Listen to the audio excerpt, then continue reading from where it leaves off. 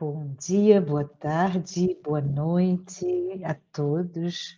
Estamos muito felizes de estarmos aqui juntos para esse momento, não é, Yuri? Nesse bate-papo em que a gente vai ter uma discussão, uma explanação sobre o semeador.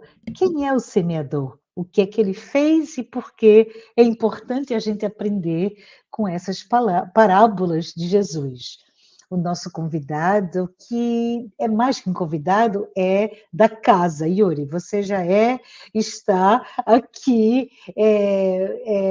identificado como nossos trabalhadores. Ele já veio várias vezes fazer palestras, tanto em inglês como em português, e hoje ele está fazendo parte dessa nossa série Aprendendo e Acolhendo. Ele fala para o nosso centro espírita, que talvez você não conheça, o Solitude Center for Spiritual Living. E, Yuri, estou tão feliz, estamos todos muito felizes de tê-lo, e lembrando a todos que ele está aqui falando de Miami, aqui nos Estados Unidos, na Flórida. E para você que talvez não conheça o Yuri, queria apresentá-lo, ele que está sendo tão generoso com seu tempo e trazendo esses conhecimentos, né, tão importantes, suas observações, seus insights. Yuri é voluntário espírita e está trabalhando na disseminação e prática dos seus ensinamentos.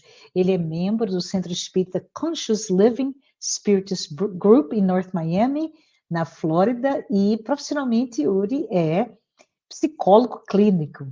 Mas antes de eu passar a palavra para ti, Yuri, eu só queria dizer para você que está aqui conosco hoje, se você não nos conhece, queria também apresentar o nosso centro, o Solitude Center for Spiritual Living, abriu suas portas, que estão 100% virtuais, há 2 anos atrás apenas, e estamos aqui promovendo a educação sobre conceitos de solitude, mas com embasamento na maravilhosa e vasta literatura espírita e sob o direcionamento da nossa mentora espiritual, a Joana de Ângeles.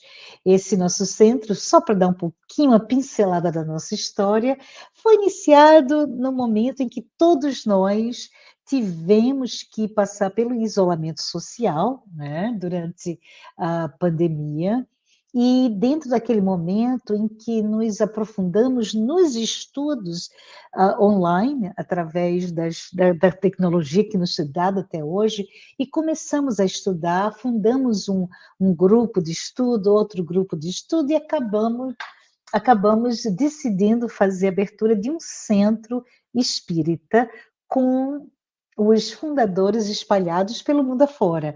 Então, estamos falando, como eu aqui, e o Yuri também, né, dos Estados Unidos, temos fundadores da China, da Alemanha e do Brasil.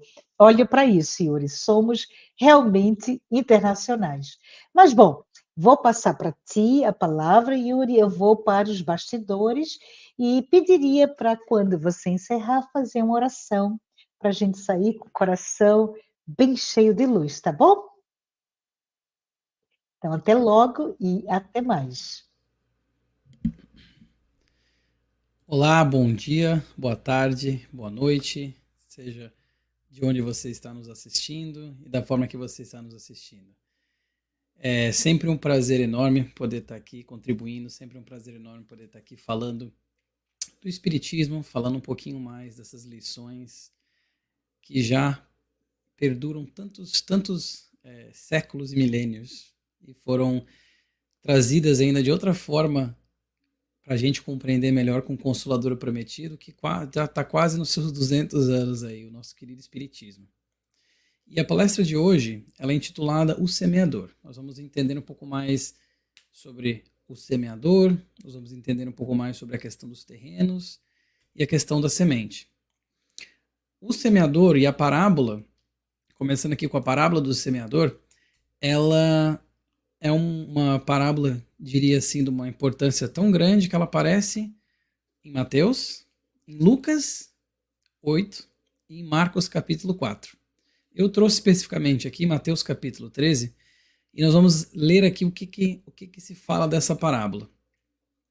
E falou-lhe de muitas coisas por parábolas, Jesus, dizendo: Eis que o semeador saiu a semear. E, quando semeava, uma parte da semente caiu ao pé do caminho, e vieram as aves e comeram-na. E outra parte caiu em pedregais, onde não havia terra bastante, e logo nasceu, porque não tinha terra funda. Mas, vindo o sol, queimou-se e secou-se, porque não tinha raiz. E outra caiu entre espinhos, e os espinhos cresceram e sufocaram-na.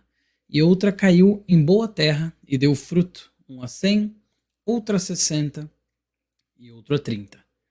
Então, essa parábola é uma parábola citada bastante nos círculos religiosos cristãos, bastante também no espiritismo, porque ela é uma parábola que tem muita sabedoria por trás e muita aplicabilidade dos conhecimentos para a nossa vida também.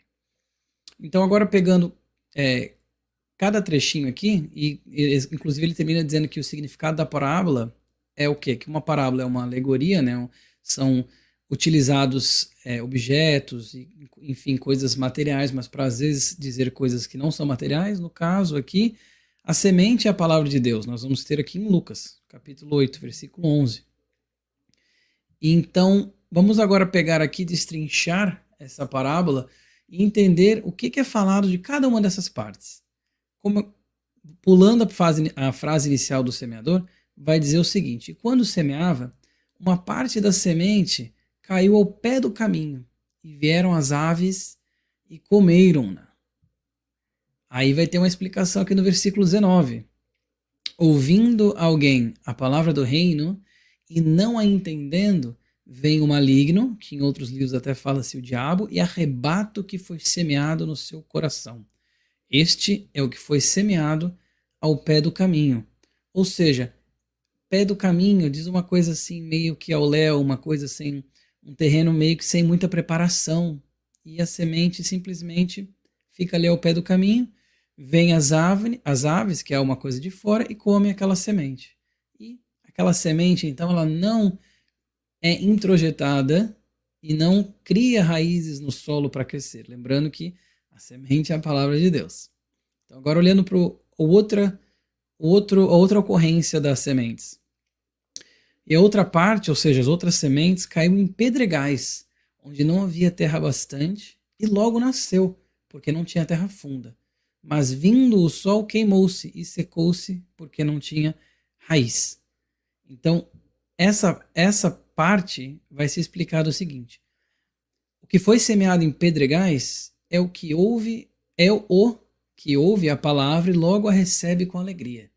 Então a pessoa ouve a palavra de Deus, ouve a palavra, se a gente for específico até da questão do espiritismo consolador, mas por conta desses pedregais que não tem então essa terra funda, essa semente ela é recebida, essa palavra é recebida com alegria, mas como ela não tem raiz em si mesma, ela é de pouca duração, fala ali que chegada a angústia e a perseguição, por causa da palavra, logo se ofende. Então aquela semente até cai ali, talvez brote um pouquinho, mas ela não prossegue no seu crescimento, no seu trajeto, não cresce e não gera frutos. Ela é como uma semente provisória, um crescimento provisório. E chegada a angústia e perseguição, fala aqui ainda. Por quê? Porque se a gente for pensar no cristianismo nascente, nós vamos ver que tinha muito essa questão também da perseguição. Aqueles que tentavam seguir os ideais do carpinteiro nazareno. Então, essa perseguição ou angústia, que é uma coisa até interna, então, uma coisa externa, por causa da palavra, então, logo se ofende a semente. A palavra em si não cresce. E a outra caiu entre espinhos, e os espinhos cresceram e sufocaram-na. E o que foi semeado, aqui é a explicação, entre os espinhos é o que ouve a palavra, mas os cuidados deste mundo e a sedução das riquezas sufocam a palavra e fica infrutífera. Então a palavra chega a criar raiz, aquela semente, cria ali, se desenvolve, mas os espinhos acabam crescendo. E é interessante a gente ver que diferente das pedras do outro momento, os espinhos aqui é algo vivo também. Fala que os espinhos cresceram e sufocaram-na. São dois verbos. Então os espinhos acabam crescendo e sufocando aquela semente. E esses espinhos são o quê? A gente pode pensar, como fala ali, com os cuidados desse mundo, a sedução das riquezas, sufocam a palavra e deixam-a infrutífera. Os espinhos, as coisas que crescem, que têm essa intenção, esse movimento, que são vivas, a gente pode pensar muito falando na riqueza, podemos pensar também na questão do orgulho e do egoísmo.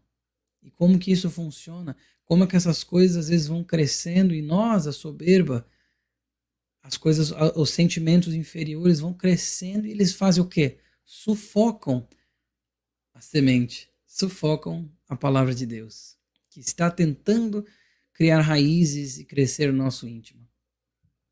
E aí tem o final feliz, pelo menos. E outra caiu em boa terra e deu fruto, um a 100, outro a 60 e outro a 30. Opa, então teve uma semente ali, uma parte das sementes, que caiu numa boa terra e deu fruto. Um a 100, daí vai ter ainda uma distinção dos frutos ali. O que seria, então, essa boa terra? A explicação aqui é o seguinte. Mas o que foi semeado em boa terra é o que ouve e compreende a palavra e dá fruto. E um produz 100, outro 60 e outro 30. Então, essa semente cai num terreno que é um terreno preparado, um terreno pronto para receber aquela semente, a palavra de Deus.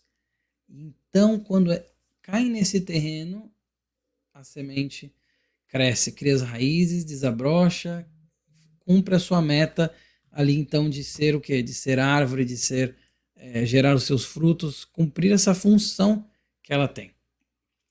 Mas o que seria essa boa terra então? O Emmanuel fala muito da questão da nossa preparação do santuário interior, a nossa mente, os nossos corações abertos então aos ensinamentos do Cristo, aos ensinamentos do Consolador, não mais perdidos nesses terrenos ásperos do ódio, da incompreensão, mas sim provendo essas terras fartas em que nós podemos receber as sementes, as palavras de Deus e que elas possam então gerar frutos. Então tem a questão muito importante aí do terreno, onde que cai a semente e que terreno que é. Porque a gente pode até pensar que todas as sementes da parábola poderiam ser da mesma planta, do mesmo tipo, mas elas caíram em terrenos distintos, de formas distintas. No livro Pontos e Contos, do Irmão X, psicografado pelo Chico Xavier, tem uma parábola ali que ele nos conta, chamada Um Semeador Incompleto, que vai abordar um pouco essa questão dos terrenos também. E ela conta o seguinte, conta que existia e essa foto é meramente ilustrativa, porque a gente vai ver que nessa parábola ela poderia ter sido escrita ontem, que ainda assim ela estaria aplicável.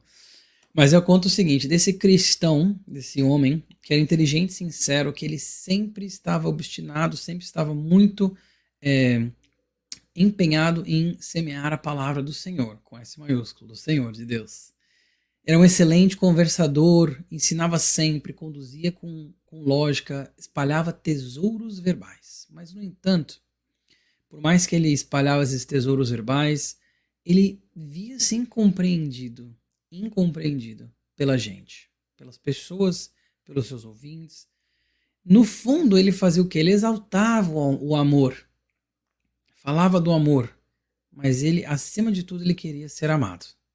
Ele salientava os benefícios da cooperação, da caridade, do altruísmo, mas ele visava a colaboração alheia a si, estimava a colaboração alheia a si.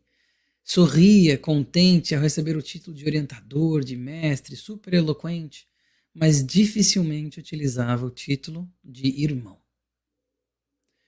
Com a passagem do tempo, ele foi vendo que estava sendo incompreendido, não estava ali as suas sementes verbais, as suas palavras que ele ia distribuindo não estavam gerando os frutos que ele esperava. E ele foi fazendo o quê? Ele foi perdendo o seu brilho. As suas palavras foram então de eloquência tão linda, foram perdendo o seu brilho. E ele ficou dia após dia, foi ficando entristecido e começou a fazer o quê? A ficar mais sozinho, começou a se afastar das pessoas, se sentindo muito incompreendido pelo mundo. Desencantou-se das criaturas que ouviram, foi o que o irmão X nos fala. Então, muito amargurado, um dia esse homem desencarna. E quando ele se acha no plano espiritual, podemos até pensar talvez numa região umbralina, quem sabe, ele se viu sem luz própria.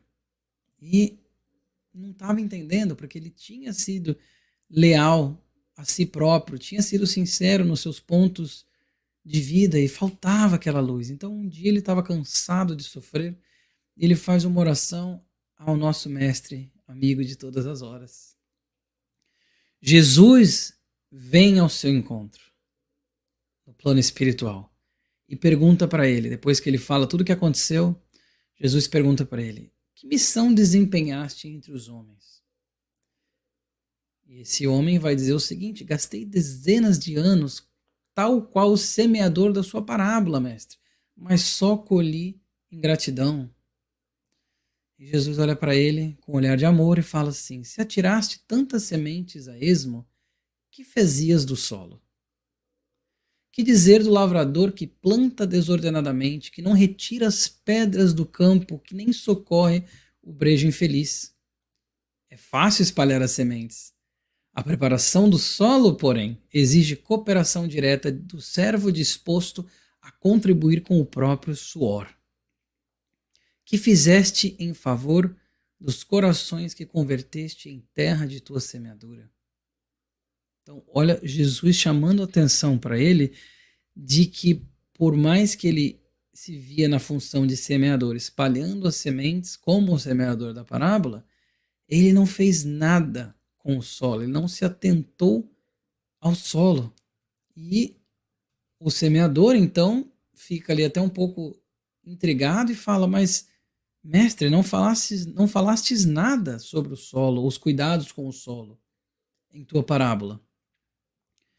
E aí Jesus olha para ele e fala assim: cada coração, acho linda essa frase, cada coração respira em clima diferente. Enquanto muitos permanecem na zona fria da ignorância, outros se demoram na esfera tórrida das paixões desvairadas. Então Jesus está ensinando para ele o quê? Essa questão do cuidado com o solo. Jesus ainda fala assim: você esperava que as pedras pedissem para ser retiradas do caminho? Você esperava que o pântano te pedisse para ser drenado, para que as sementes pudessem crescer? E aí, nesse momento, o homem, então, se emociona e compreende, de fato, que ele não teve cuidado com o solo, ele foi um semeador incompleto. E aí Jesus, então, fala: volta e vive com eles, amparando a cada um segundo as suas necessidades. Aduba a sementeira do bem, de conformidade com as exigências de cada região.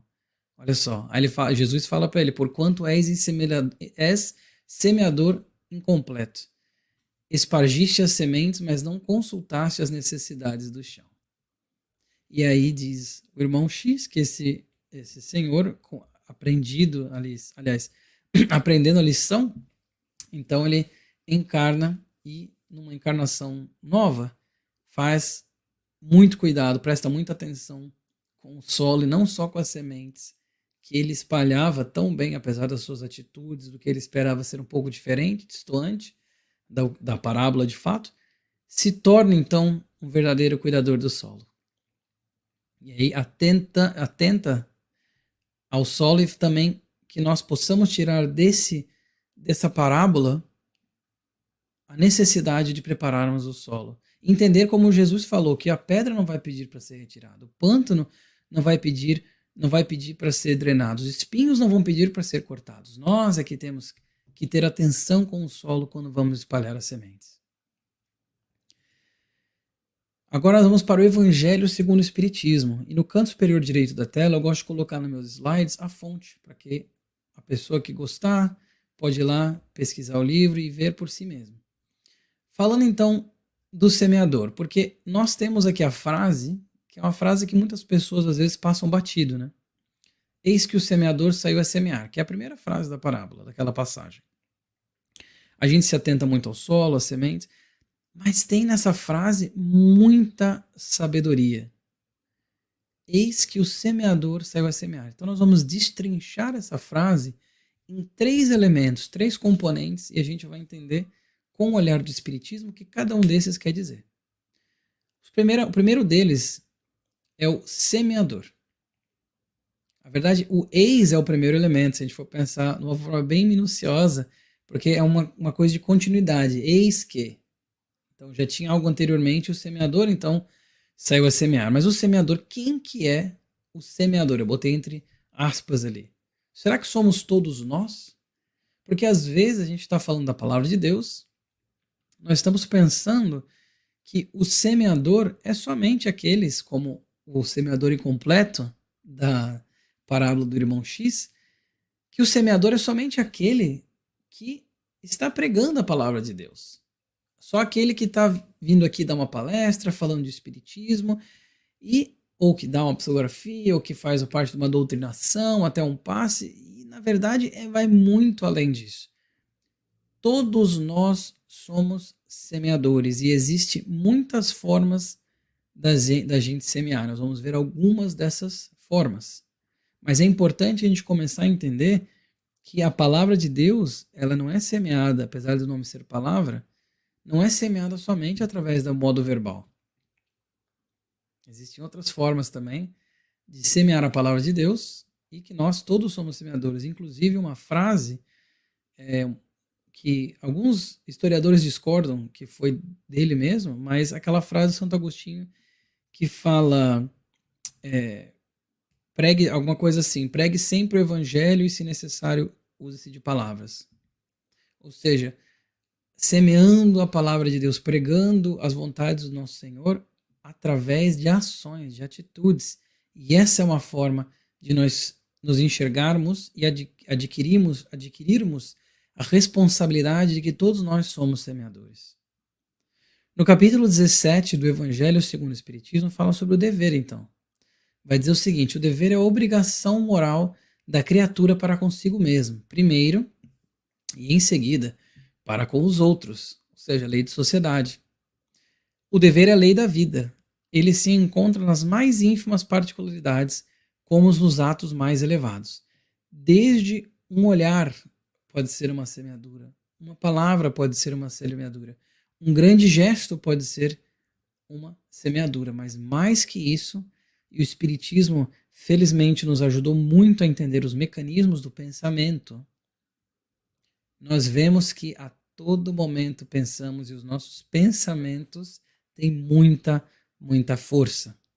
Eles podem construir, criar, destruir, modificar, alterar, fazer tudo isso, e a gente às vezes não se atenta ao poder do nosso pensamento, e nosso pensamento funciona como se nós estivéssemos espalhando sementes. E assim funciona, e a gente então entende que todos nós somos semeadores. O Paulo, o grande apóstolo Paulo, que foi um grande semeador do evangelho através das palavras e das suas ações, na primeira epístola aos Coríntios ele vai dizer o seguinte, capítulo 15, versículo 37. E quando semeias, não semeias o corpo que há de nascer, mas o simples grão, como de trigo ou de qualquer outra semente.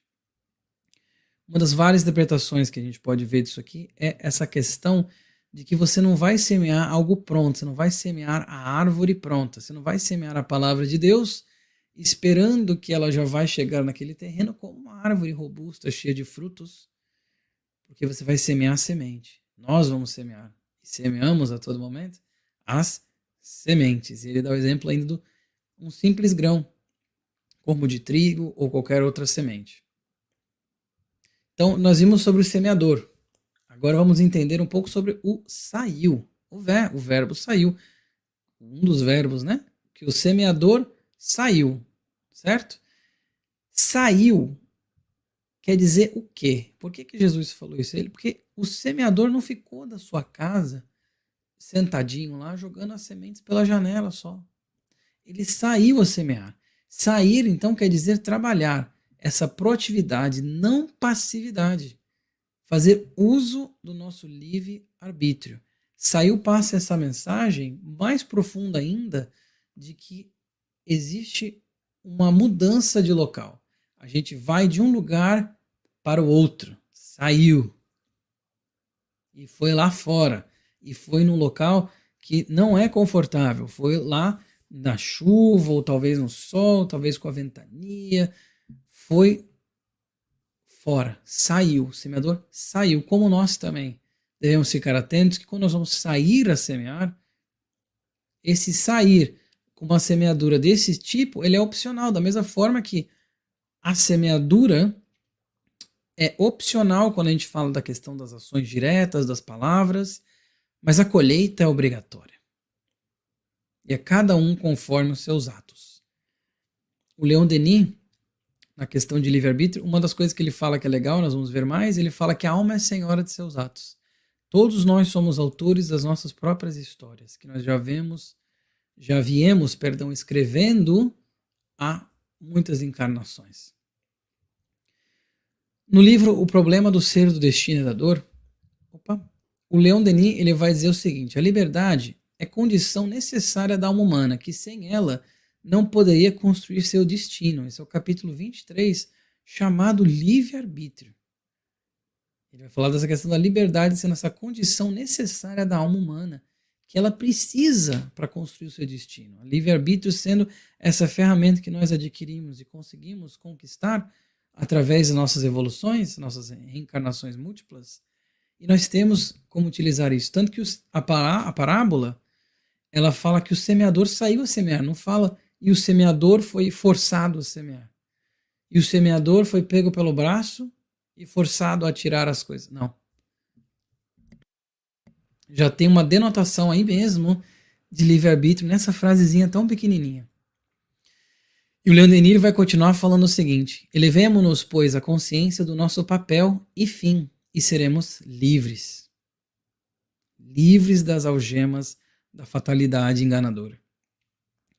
Asseguremos com os nossos esforços, ensinamentos e exemplos a vitória da vontade, assim como do bem, e, em vez de formarmos seres passivos, curvados ao jugo da matéria, expostos à incerteza e inércia, teremos feito almas verdadeiramente livres, soltas das cadeias da fatalidade e pairando acima do mundo pela superioridade das qualidades conquistadas. Porque nós vamos deixar de ser passivos observadores da vida à nossa volta, da inércia. Nós vamos entender que nosso livre-arbítrio é nossa ferramenta para a utilização, para que a gente saia a semear a palavra de Deus através dos pensamentos, das palavras e das ações. E o último ponto ali da frase, que seria o semear. Isso que o semeador saiu a semear. O ato de semear, né? De jogar sementes. O que é semear? E semear o quê? Nós já temos a resposta na passagem bíblica de semear como semear a palavra de Deus. Nesses terrenos que nós podemos entender como os corações das pessoas, dos seres que vão ver e ouvir a palavra de Deus sendo semeada através das ações, através das nossas falas. E nós temos que nos atentar aos terrenos. Mas semear o quê? A todo tempo estamos semeando. Resta a gente decidir o que nós vamos semear. O Emmanuel, no livro Ceifa de Luz, psicografado pelo Chico Xavier na mensagem número 53, ele vai nos dizer o seguinte: plantaremos todos os dias, é da lei. Ponto. Só aí já bastaria a mensagem. Plantaremos todos os dias, é da lei. Nós estamos a todo tempo utilizando o nosso livre-arbítrio, inclusive quando dormimos, para semear, para sermos semeadores, porque todos somos semeadores. Ele fala, é da lei. Aí Emmanuel continua falando assim: até os inativos e ociosos estão cultivando o joio da imprevidência. É necessário reconhecer, porém, que diariamente colheremos. A colheita sendo obrigatória. E ele fala que até os inativos e ociosos, que às vezes podemos pensar que não semeiam coisa alguma, estão cultivando o joio da imprevidência. E o Emmanuel, como sempre, um poeta das palavras, já utiliza ali a palavrinha do joio, que é a outra parábola que vem logo depois dessa do semeador, para dizer que os ociosos e inativos vão cultivando o joio da imprevidência. Então, ou seja, não tem como ficar parado, porque até quem está parado está fazendo algo, está semeando de alguma forma.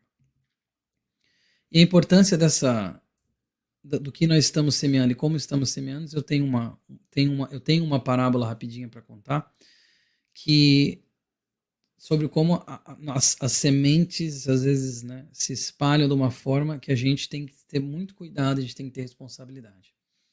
Tem essa historinha que existiu uma vila e existiu uma sábia nessa vila, que todo mundo ia procurar para pedir ajuda, pedir conselho, porque ela ajudava todo mundo.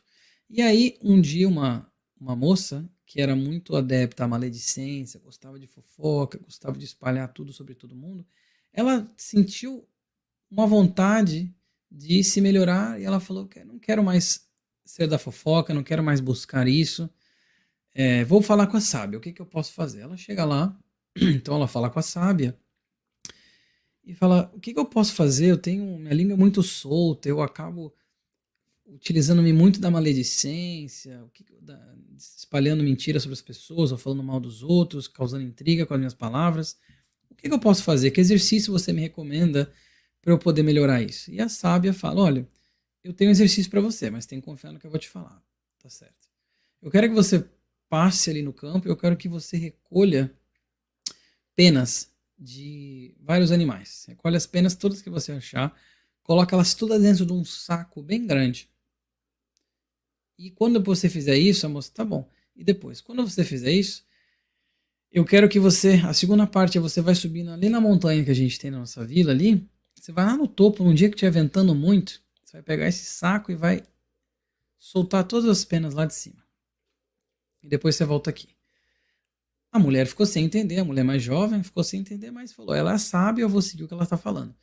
Buscou todas as penas, colocou todas dentro do saco, e foi para o topo da montanha um dia que estava ventando bastante, chegou lá e jogou, esvaziou todo o saco das penas lá, e as penas foram levadas lá do topo da montanha para todos os lugares. E ela volta então para a sábia, sem entender muito o motivo dela ter feito aquilo, mas ela confiou, voltou na sábia e falou, fiz o que você falou, espalhei todas as penas e o saco está aqui, ó, vazio. O que eu faço agora? Não entendi. A sábia fala, agora é a parte final. Agora eu quero que você vá e recolha todas as penas que você espalhou. A moça olha, mas como assim? Não tem como recolher todas as penas. Elas foram, talvez uma ou outra eu consiga saber onde caiu, mas todas as outras elas foram para lugares e caíram de formas que eu não sei como, não tenho controle sobre, nem sei o que aconteceu, que fim levou as penas. E a sábia olha para ela e fala, e assim são as suas palavras. A gente não sabe onde é que as nossas palavras vão. Onde é que o vento vai carregar as nossas palavras, até onde e como que elas vão chegar. Então, a gente tem que ter muito cuidado com o que fala. E diz a lenda que a moça, então, passou a ser muito mais vigilante das suas palavras. E agora a gente fala um pouco, então, da semente em si, do objeto. A gente falou do semeador, a gente falou do saiu, a gente falou do semear, mas agora falta a gente falar então do item principal da parábola, do objeto, que é a semente. No livro Pão Nosso, na mensagem número 7, intitulada A Semente, é um livro psicografado pelo Chico, do Emmanuel, da coleção Fonte Viva, vai dizer o seguinte: nos serviços da natureza, a semente reveste-se aos nossos olhos do sagrado papel da sacerdotisa do Criador e da vida. Gloriosa herdeira do poder divino, coopera na evolução do mundo e transmite silenciosa e sublime lição, tocada de valores infinitos à criatura. Exemplifica sabiamente a necessidade dos pontos de partida, as requisições justas de trabalho, os lugares próprios e os tempos adequados. Algumas lições que nós podemos aprender já com a semente. E Emmanuel continua dizendo assim: saber começar constitui serviço muito importante. mesma forma que o semeador saiu a semear, saber começar. Ele começou algum dia semeando, começou em algum momento do seu dia a semear. No esforço redentor é indispensável que não se percam de vista as possibilidades pequeninas. Olha o que Emmanuel nos atenta aqui. Um gesto, uma palestra, uma hora, uma frase pode representar sementes gloriosas para edificações imortais. Imprescindível, pois, jamais desprezá-las. Jamais desprezar essas possibilidades pequeninas que o Emmanuel comenta conosco. Porque a verdade é que nós nunca vamos saber, como a moça da parábola que eu contei, das penas, nós nunca vamos saber aonde que as nossas sementes vão cair, aonde, que fim que vai ser dado delas. Então é muito importante que a gente não despreze as possibilidades pequenas de semear, mesmo que seja um pouquinho, mesmo que seja uma sementinha, porque a gente nunca sabe o que pode acontecer. Ele fala ali que até uma frase pode representar sementes gloriosas para edificações imortais. Pensemos no Cirineu, que foi ali convidado, de certa forma, meio forçosa a carregar a cruz do Mestre no caminho para o Gólgota. Um olhar do Cristo fez mudar a vida daquele homem. Um olhar. Então a gente pensa como uma coisa pequena às vezes pode ter edificações imortais. E a gente não pode desprezar essas oportunidades pequeninas e as sementes pequeninas. E até se a gente for entender que perto da nossa eternidade espiritual nós somos como sementes. Nós temos um conceito de eternidade que nós ainda não compreendemos pela nossa falta de entendimento espiritual ainda. Mas nós somos seres imortais. E nós temos muito ainda à frente. Nós somos como essas sementes que vão desabrochar e gerar frutos.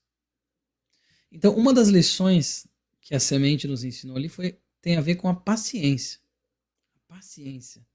Tudo no seu tempo. No Evangelho segundo o Espiritismo, eles vão dizer o seguinte: se Deus, Senhor absoluto da eternidade, espera com paciência, por que motivos nós outros, servos imperfeitos do trabalho relativo, não poderemos esperar?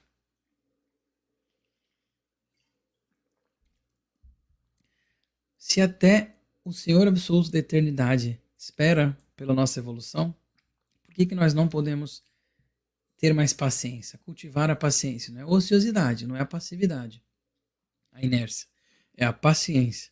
Porque nos dias atuais, com tudo tão frenético como nossa atualidade se encontra, a gente esquece não só do papel, como a necessidade da paciência na nossa caminhada evolutiva.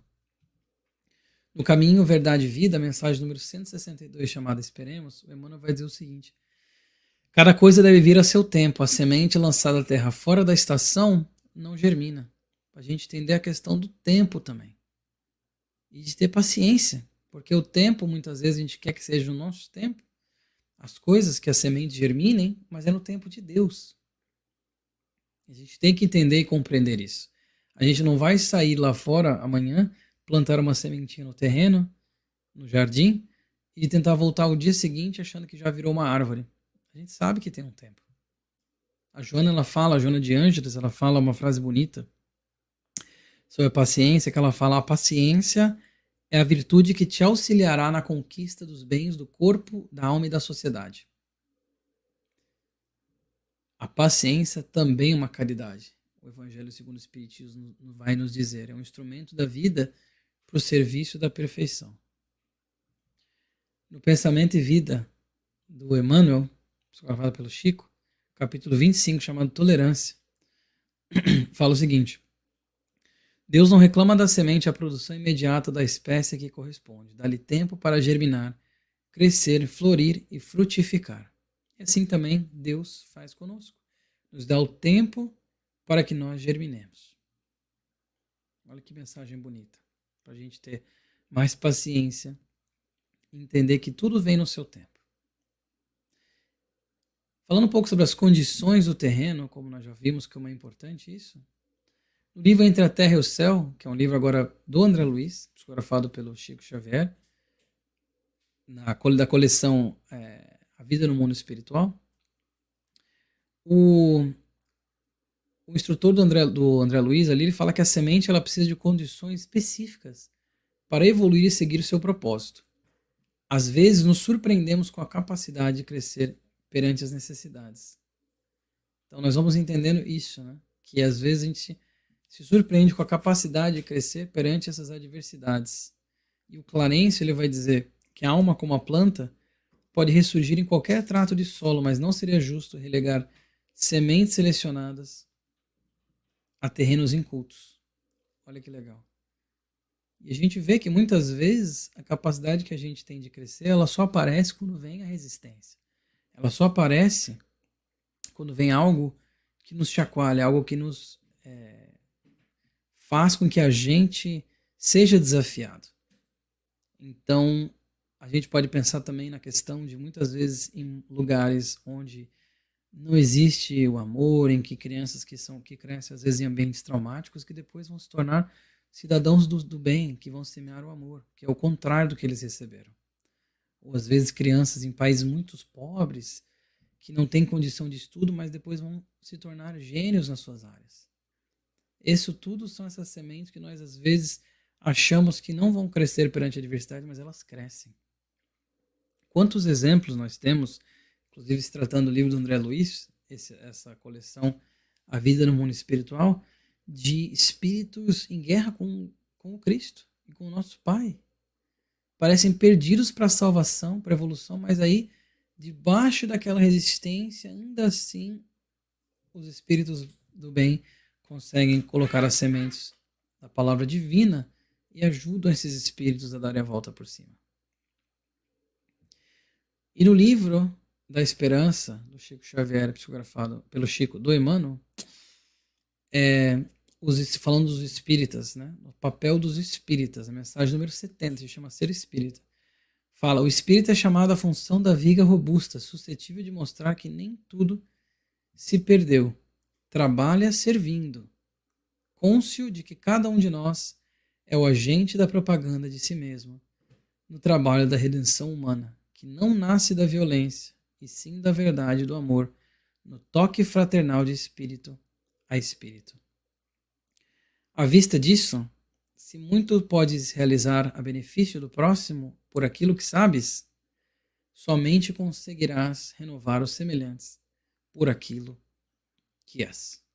Eu sublinhei, botei em negrito ali o és, e sublinhei também os sabes, mas não está em negrito, porque por mais que a gente seja como aquele semeador incompleto que está semeando através do que a gente sabe, do nosso conhecimento, a gente só vai conseguir nos renovar e renovar o semelhante através daquilo que nós, de fato, introjetamos no nosso íntimo, que nós de fato somos. Não aquilo só que nós pregamos, que nós falamos. Chegando aqui mais próximo do final, nós temos mais uma mensagem bonita do Ceifa de Luz, no mensagem número 50, chamada Ante o Divino Semeador. E o Emmanuel vai dizer o seguinte: Jesus é o semeador da terra e a humanidade é a lavoura de Deus em suas mãos. Lembremo-nos da renúncia exigida à semente, chamada a produção, que se destina ao celeiro, para que não venhamos a sucumbir em nossas próprias tarefas. Ele está chamando a atenção para que a gente note a renúncia da semente, para que a gente não venha a sucumbir nas tarefas.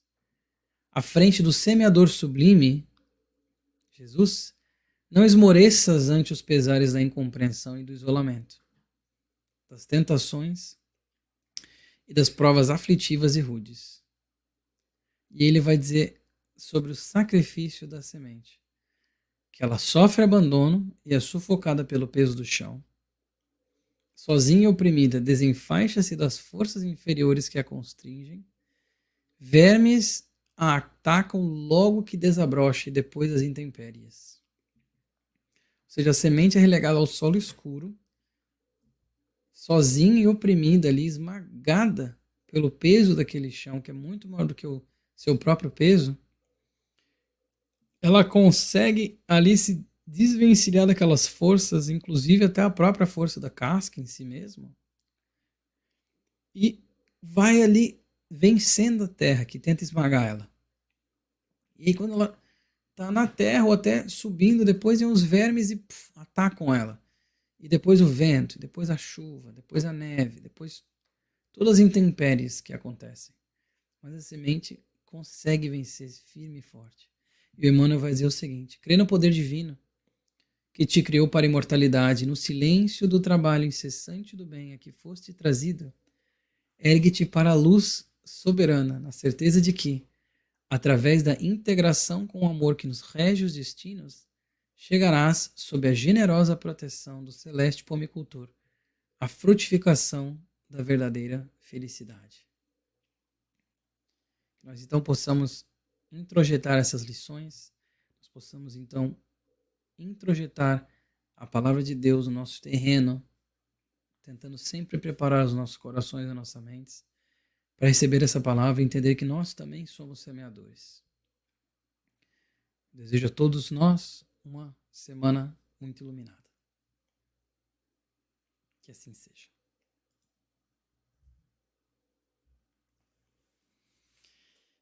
Oi, Yuri. Vamos fazer uma oração antes de encerrar hoje, por favor? Vamos sim. Então vamos fechar os nossos olhos, quem se sentir confortável, sentar numa posição agradável e que a gente eleve então nossos pensamentos, nossos sentimentos ao nosso Mestre Divino, ao grande e sublime semeador que já passou por aqui. Que nós possamos nos espelhar nele, nos inspirar nos seus gestos, nos seus atos, nas suas palavras, para que nós, com o auxílio dos nossos amigos espirituais que estão sempre ao nosso lado, possamos entender a responsabilidade de semeadores e que nós possamos, de fato, como semeadores completos, espalhar a palavra de Deus, tanto nos outros quanto em nós mesmos.